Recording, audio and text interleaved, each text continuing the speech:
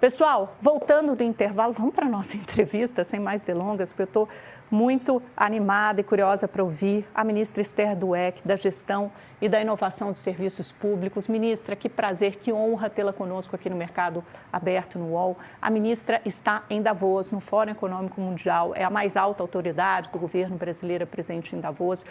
Foi para lá com uma agenda cheia para conversar sobre vários temas interessantes, participou de um painel, eu consegui assistir um pouquinho, ministra, eu confesso que, dado o avançado da hora, eu não consegui assistir tudo, mas um painel sobre a América Latina, eu quero que a senhora, as expectativas de crescimento, os desafios para essa região do planeta, que é a nossa, e também uma agenda intensa sobre digitalização. Vamos começar, então, de trás para frente, vamos falar de digitalização, que acho que foi a sua agenda principal aí, faz parte de um grupo que inclui outros 10 países, né? O Brasil é o 10º, e a senhora co-preside o grupo que tem não só países, mas a representação, a participação de sociedade civil, de empresas importantes. Quero que a senhora explique um pouco sobre o que foi tratar em termos de digitalização em Davos.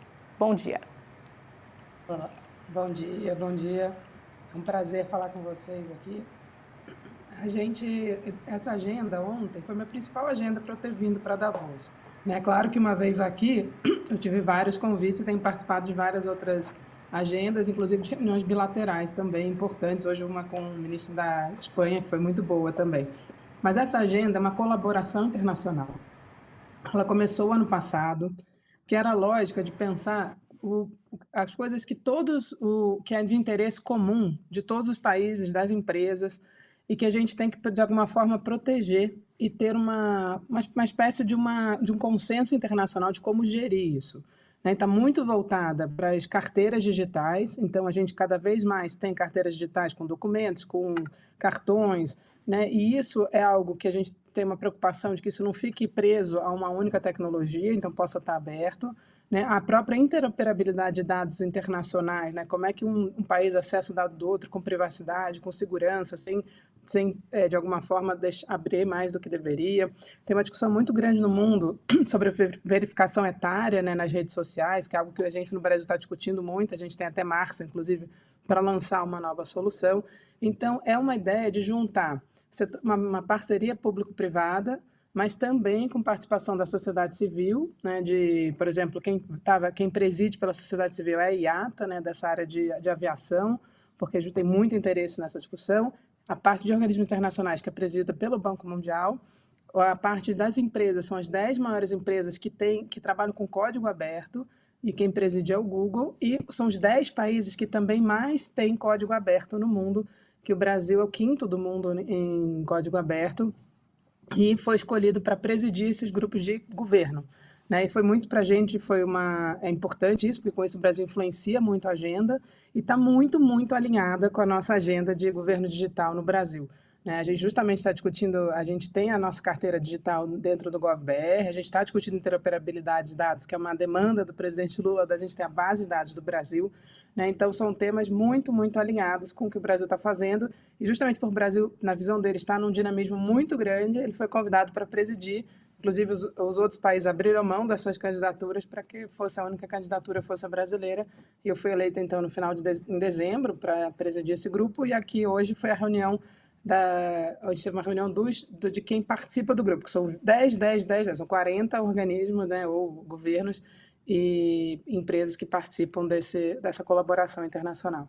Agora, ministra, a senhora participou também desse painel muito interessante sobre a América Latina, com representantes de outros países também. O que a senhora pode nos trazer sobre os desafios colocados pela gestão, eu acho, para essa região acho que partir desse momento em que o Brasil se encontra, que acaba de se concluir finalmente, depois de 26 anos, o acordo Mercosul-União Europeia, quer dizer, uma chance de integração regional com outro continente importante do planeta. O que a senhora pode nos trazer assim, sobre desafios dessa região, sobre o que foi discutido nesse painel e como a senhora vê em termos de oportunidades para a América Latina e, por outro lado, de preocupação também, porque a gente teve um recente caso na Venezuela de interferência direta norte-americana nessa região, com a captura, com o sequestro de Nicolás Maduro. que também, obviamente, abre um flanco grande aí de risco e de preocupação para a América Latina. Então, sob essas duas óticas, oportunidades e riscos. Perfeito. Eu acho que tem uma primeira coisa, assim, em todas as reuniões que eu participei aqui em Davos, acho que o ponto comum que todo mundo começa a fala das tensões geopolíticas, de uma nova ordem mundial. Isso tem sido a tônica aqui. Inclusive, eu participei de um almoço com mulheres nas finanças e elas falaram que esse tema nunca era muito tratado nesse almoço e foi praticamente o tema principal da discussão. E eu acho que, de fato, né, o mundo tem passado por uma está redescobrindo o que será essa nova ordem mundial, né? No momento em que acontecem coisas, na abertura da mesa, a própria jornalista que moderava, ela falou, quando a gente montou o painel, a gente achava que a América Latina seria meio que a bola da vez diante justamente do ato norte-americano na Venezuela.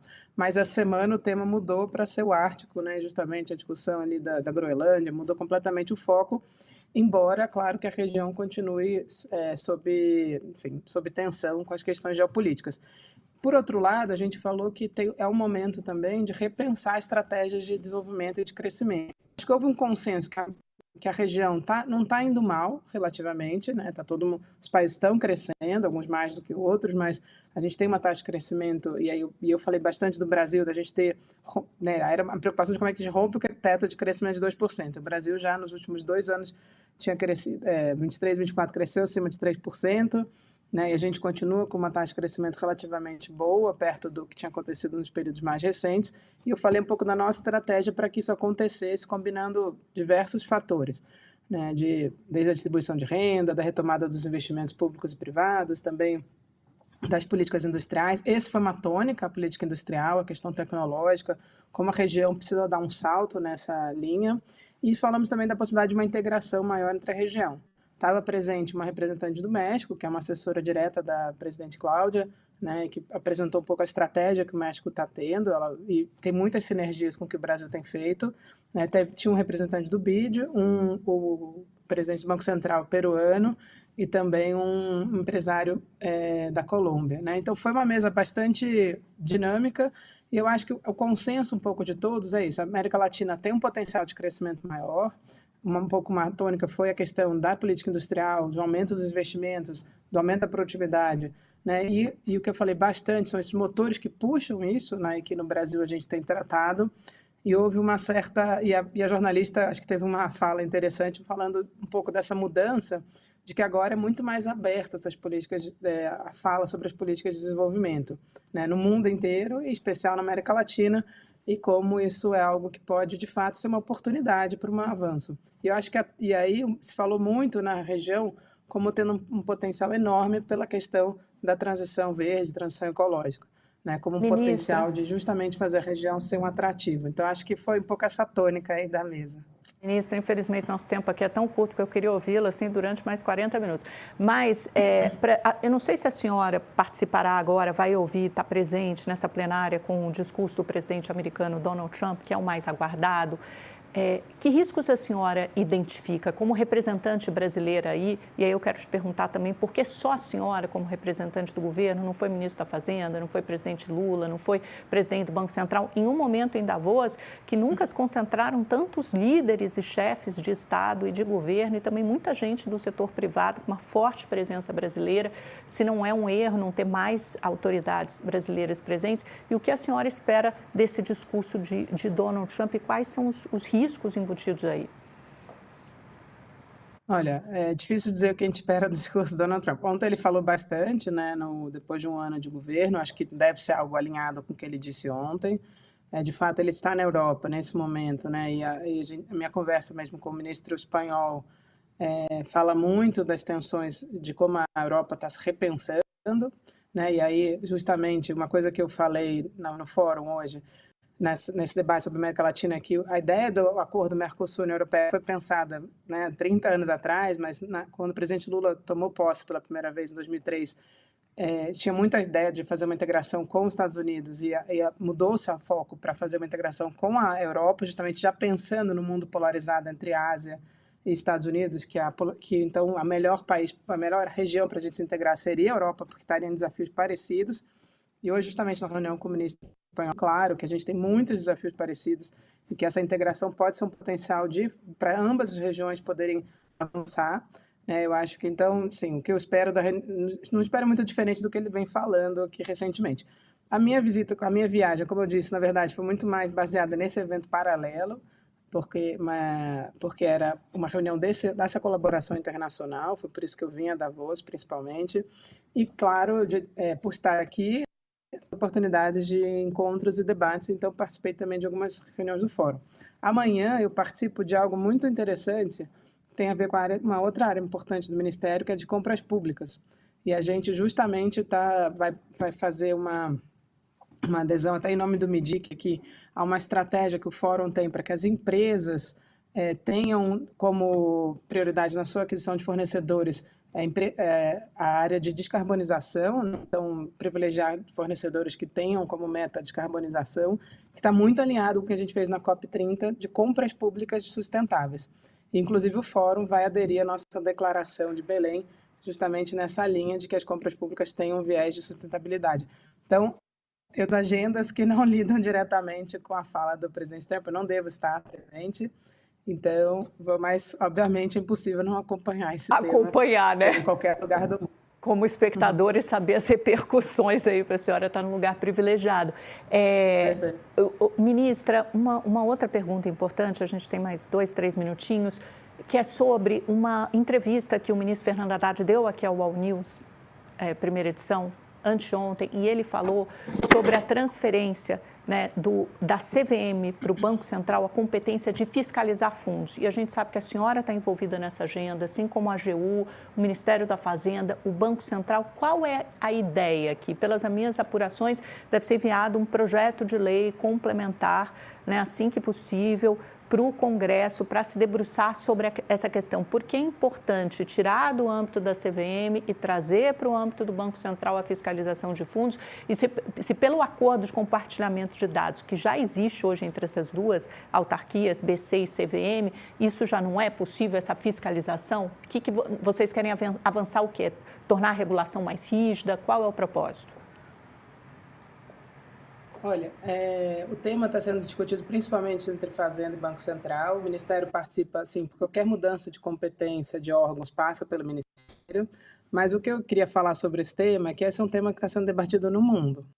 Inclusive, aqui em Davos, como preparatório para esse almoço de mulheres na finança, veio justamente um briefing para a gente, e que um dos temas era justamente as instituições financeiras não bancárias, o papel delas no mercado financeiro como um todo, mas especialmente nessa competição com bancos, e como é que isso, de alguma forma, pode gerar uma desestabilização no setor.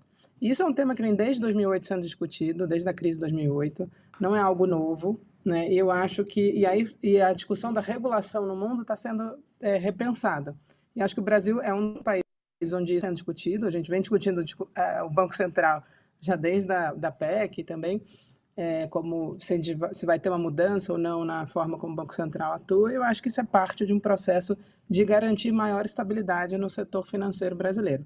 Então, eu não acho, é um tema importante de ser discutido. A decisão ainda será tomada, mas sim, se uma vez tomada, ela passa sim por mudanças legais, e qualquer mudança legal em competência envolve sim o Ministério da Gestão, ainda que a gente não seja o foco principal, os ministérios e áreas diretamente relacionadas com o tema. Mas só para entender, há uma concepção de que a regulação no Brasil sobre fundos ainda é frouxa, assim como em outros países do mundo? Tem que deixar isso mais rígido, mais rigoroso, ou não é isso? Não é frouxa, mas na verdade é como os fundos eles têm aumentado a sua capacidade de atuação, tem se discutido então qual é a melhor forma de regulação. Então não é uma questão de ser frouxa ou fraca, não é isso.